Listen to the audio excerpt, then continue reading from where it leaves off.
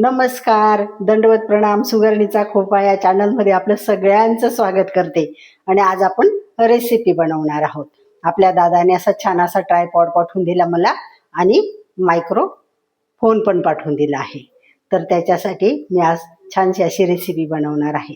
आणि आजची जी रेसिपी आहे ना, ती तुम्हाला सगळ्यांना आवडणार आहे. कमी साहित्यामध्ये होणारी, घरच्या साहित्यात होणारी आणि बाजारात भरपूर अशी कोथिंबीर आली आहे. त्या कोथिंबीरीपासून आपण रेसिपी बनवणार आहे. आणि ती स्वस्तात बनवते आणि घरात जे साहित्य असलं त्याच्यातच बनते आणि खायला तर इतकी छान असते. आवडीने खातो माणूस आणि आवडीने बनवतो सुद्धा. लगेचच होते. साधी आणि सोपी अशी रेसिपी आहे. चला तर मग आपण आजची रेसिपीला सुरुवात करूया. आणि तुम्ही आपला जो व्लॉग आहे ना, जो आपला व्हिडिओ येईल ना, तो तुम्ही शेवटपर्यंत बघा आणि आपल्या चॅनलला हक्काने सबस्क्राईब करा. तुम्ही सबस्क्राईब करत नाही. कमीत कमी माझ्या वयाच्या अंदाजाने तुम्ही जो व्हिडिओ बघत आहात तर तुम्ही सबस्क्राईब करायला पाहिजे आणि व्हिडिओ पण बघितले पाहिजे. तुम्ही माझे कशी बाकीच्या जुन्या रेसिपी असतात तर तुम्ही बघा. आणि आपल्या ज्या जुन्या रेसिपी आपण जपून ठेवल्या आहेत, आजीच्या काळातल्या, आईच्या काळातल्या, त्या तुम्हाला मी दाखवायचा प्रयत्न करते. तर तुम्ही बघा. चला तर मग तुम्ही आवडीने बघा आणि हक्काने सबस्क्राईब करा. चला तर आपण रेसिपीला सुरुवात करू. आजच्या रेसिपीला जे लागणारं साहित्य आहे आपलं, हे वाटण करून घ्यायचं. याच्यामध्ये एवढं साहित्य आहे ना, याचं वाटण करून घेणार आहोत आपण. त्याच्यासाठी लागणारं अद्रक आहे, ओवा आहे, हिंग आहे आणि आपण बेसन पीठ वापरणार आहोत म्हणून हिंग आहे आणि जिरं आहे, लसूण आहे, हिरवी मिरची आहे. याचं आपण वाटण करून घेणार आहोत. आणि याच्यामधून जे काही अद्रक आहे ना, ते अर्धच वापरणार आहे. चला तर मग वाटण करून घेऊया. आधी हे मिक्सरचं भांडं घेतलं आहे आणि याच्यामध्ये मी अद्रक टाकून घेणार आहे. अर्ध अद्रक आपल्याला ठेवायचं आहे पुढच्या रेसिपीसाठी. आणि या मिरच्या टाकून घेणार आहे आणि लसूण पण टाकून घेणार आहे.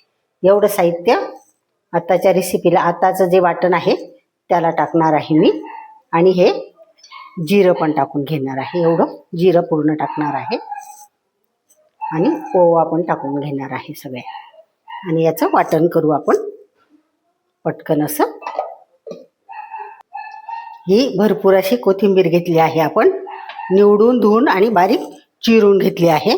आणि त्याच्यासाठी हे वाटण करून घेतलं आहे. हा ठेचा करून घेतला आहे. अद्रक, लसूण आणि आपल्या ओवा, जिरं आणि हिरवी मिरची. आणि हा याच्यामध्ये टाकून घ्यायचा आहे. असा हा ठेचा टाकून घेणार आहे आणि मगच आपण मळणार आहोत.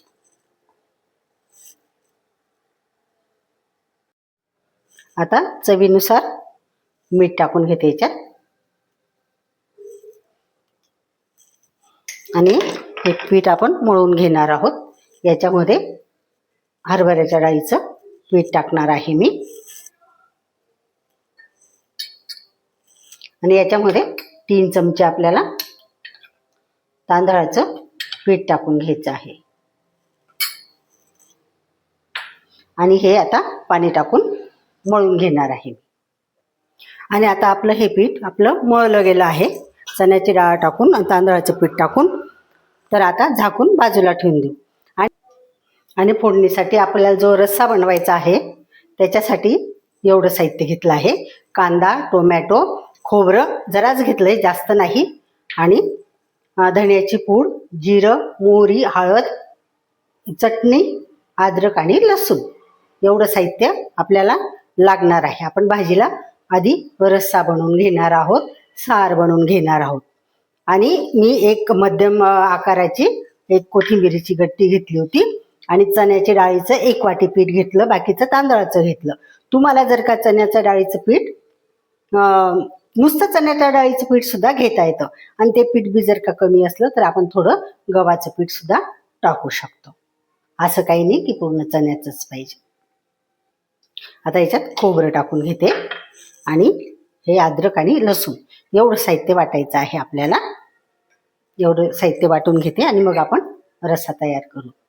आणि याच्यामध्ये आपण लाल चटणी सुद्धा आता वाटून घेणार आहोत, म्हणजे एकजीव होईल चांगलं.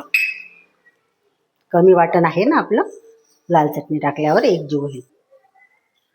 आता आपण गॅस सुरू करून घेऊया आणि कढई ठेवून घेतली. आता याच्यावर भाजी करून घ्यायची आहे आपल्याला. कढई तापल्यावर तेल टाक. आता तेल टाकून घेऊ.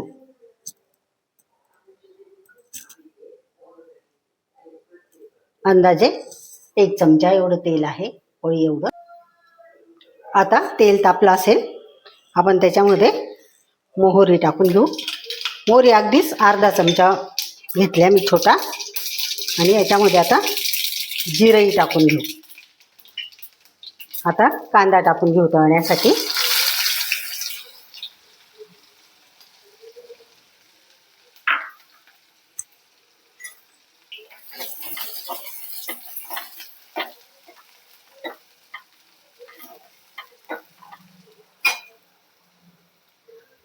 कांदा थोडा लाल होऊ द्यायचा आहे आपल्याला. आणि या भाजीला जास्त काही खोबरं शेंगदाणे लावायचं काही काम नाही. मी खोबरं थोडं चवीपुरतं घेतलं, ती आपोआपच घट्ट होते. आपण जे त्याच्यामध्ये जे हे कोफ्त्यांसारखे जे मुटकळे टाकणार आहोत ना, त्याच्याने भाजी आपोआपच घट्ट होते. आता आपले कांदे चांगले होत आले आहेत. आता हे टोमॅटो टाकून घेऊ. 1 टोमॅटो आहे हा, जास्त नाही. आणि याच्यामध्ये आता मीठ टाकून घेणार आहे, म्हणजे लवकर कांदे आणि टोमॅटो शिजून जातील आपल्याला. जास्त काही मीठ टाकायची गरज नाही याच्यामध्ये. आपण जे काही कोथिंबिरीचं पीठ भिजवलं आहे त्याच्यात पण मीठ टाकलं आहे. आता कांदा आणि टोमॅटो आपले छान असे शिजून गेले आहेत आणि त्याच्यामध्ये आपल्याला बाकीचे मसाले टाकून घ्यायचे आता. तर आता हे धना पावडर टाकून घेऊ. हा थोडा गरम मसाला टाकते, नाही टाकला तरी चालेल. माझ्याकडे होता म्हणून मी टाकून घेतला. पण असं काही नाही की गरम मसाला वापरलाच पाहिजे. आणि हे आपण जे वाटण केलं होतं, अद्रक लसूण आणि चटणी खोबरं, हे वाटण टाकून घेते मी आता. वाटणने भाजी कुठलीही छान होते आणि कामही झटपट होतं. हे चिरा, लसूण चिरा, अद्रक चिरा हे करण्यापेक्षा डायरेक्ट वाटून घ्यायचं आहे. आपल्याकडे साधन तर त्याचा उपयोग करायचा. कसं तेल सोडून दिलं आहे, तर आता आपल्याला याच्यात गरम पाणी टाकून घ्यायचं आहे. आता ही गरम पाणी टाकून घेते.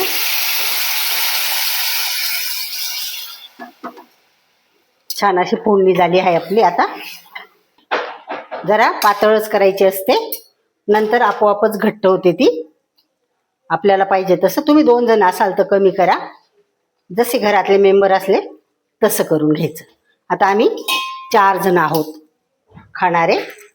आमची जी आनंदी आहे ती काही तिखट भाजी खात नाही, म्हणून मी एवढी क्वांटिटीमध्ये पाणी टाकून घेतलं. आणि आता शेवटी हळद टाकून घेते. आता बघू आपण ते बघू. आणि त्याच्यामध्ये अगदी चिमूटभर असा, एवढा चिमूटभर असा खाण्याचा सोडा टाकून घ्यायचा आहे आपल्याला.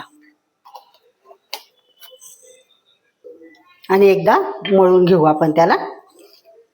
हे बघा कसं फुगून आलं बघा, ते पीठ फुगून आलं आपलं.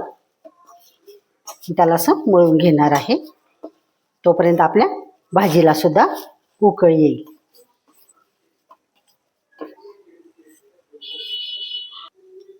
आता मी हाताला तेल लावून घेते आणि असे छोटे छोटे असे गोळे करून घेते.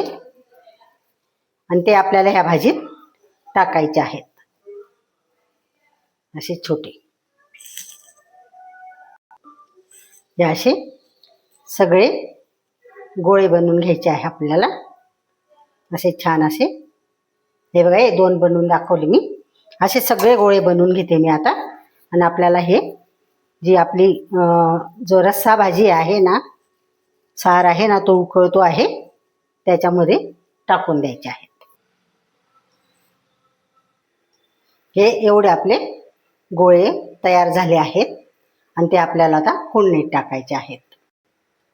हे बघा आपलं फोडणीचं पाणी कसं उकळतं, असंच पाणी उकळतं. पाण्यात आपला जो सार आहे, जो रस्सा आहे, उकळत असतानाच हे आपल्याला असे एक एक सोडून द्यायचे आहेत.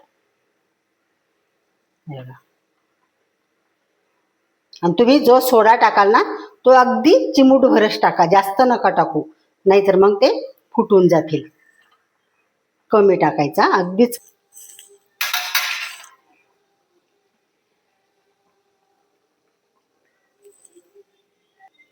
तुम्हाला जे उडदाचे वडे आणि सांबर मी झटपट करून दाखवला होता, बिना तेलाचा, बिना तळायचा, तसाच हा प्रकार आहे. हा पण तेवढाच सुंदर आणि तेवढाच झटपट होतो. तुम्ही करून बघा.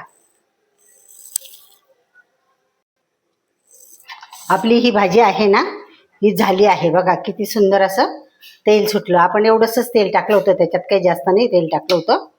हे बघा. आणि हे सुद्धा किती सुंदर असे शिजून गेले आहेत बघा. तर मी तुम्हाला एक तोडून दाखवते याच्यामधलं.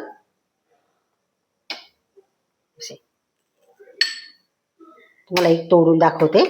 खूप सुंदर झाले आहेत आणि वास तर एवढा सुंदर असा सुगंध सुटला आहे ना घरामध्ये, तुम्हाला काय सांगू मी. आणि आमच्याकडे हे सगळ्यांना आवडतात. तुम्ही पण एकदाचे करून खा, तुम्हाला पण आवडतील बरं का.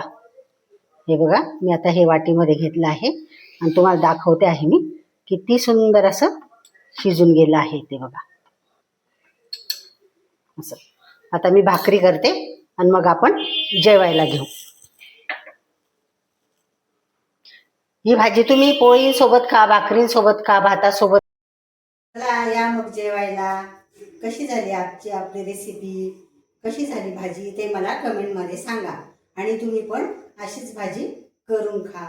सध्या बाजारात भरपूर अशी कोथिंबीर येत आहे. चला तर मग तुम्हाला आजची रेसिपी आवडली असेल तर लाईक करा, शेअर करा, सबस्क्राईब तर नक्की नक्की करा. भेटूया उद्याच्या व्हिडिओमध्ये. बाय. काळजी घ्या स्वतःची.